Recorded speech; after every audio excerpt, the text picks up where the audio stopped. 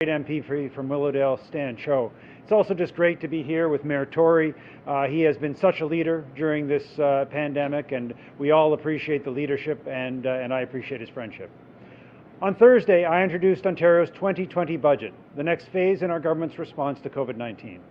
Ontario's action plan: protect, support, and recover. Our plan has three pillars. First, we are protecting people from this deadly virus by increasing our health investments to $15.2 billion.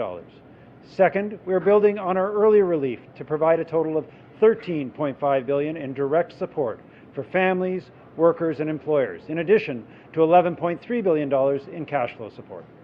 And third, we're removing barriers to recovery and providing $4.8 billion to protect and create jobs now and in the future. This next phase of Ontario's action plan brings our total COVID-19 response to $45 billion. This includes important actions to remove taxes on jobs. Back in March, we more than doubled the employer health tax exemption to $1 million. We've heard from employers across Ontario that this measure helped them keep workers on the job during COVID-19. So we're proposing to make this exemption permanent. That means an additional 30,000 Ontario small and medium-sized employers will no longer pay this tax. But that is just a start. We've also heard time and again from municipalities and employers about unfair property taxes.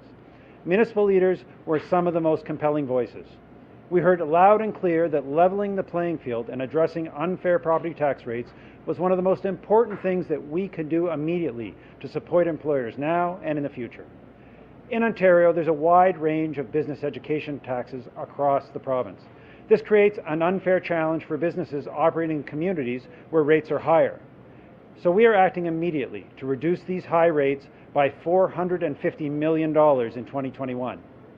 In the City of Toronto, it means an industrial property will save $16.3 million and commercial properties will save $117 million.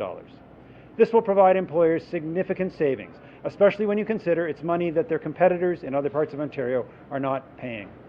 Over 200,000 business properties, or 94% of the provincial total, are going to benefit starting January 1st.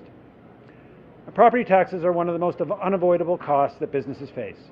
Now, just to consider the impact of some of these changes, we'd like to talk about a typical bakery. The Premier talked on that. I'll go into a little more detail.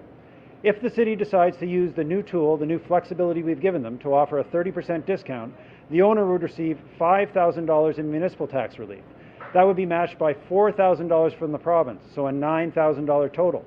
Combined with $1,500 from the business property tax reduction I just spoke about, this bakery owner, and it could be this bakery owner right here, would receive a total of $10,500 in property tax savings in 2021. Now, as any business owner will tell you, that could be the difference between being able to grow your business or closing up shop. This is help right now and for the future. Thank you very much, and now I'm going to turn the podium over to Minister Sarkaria.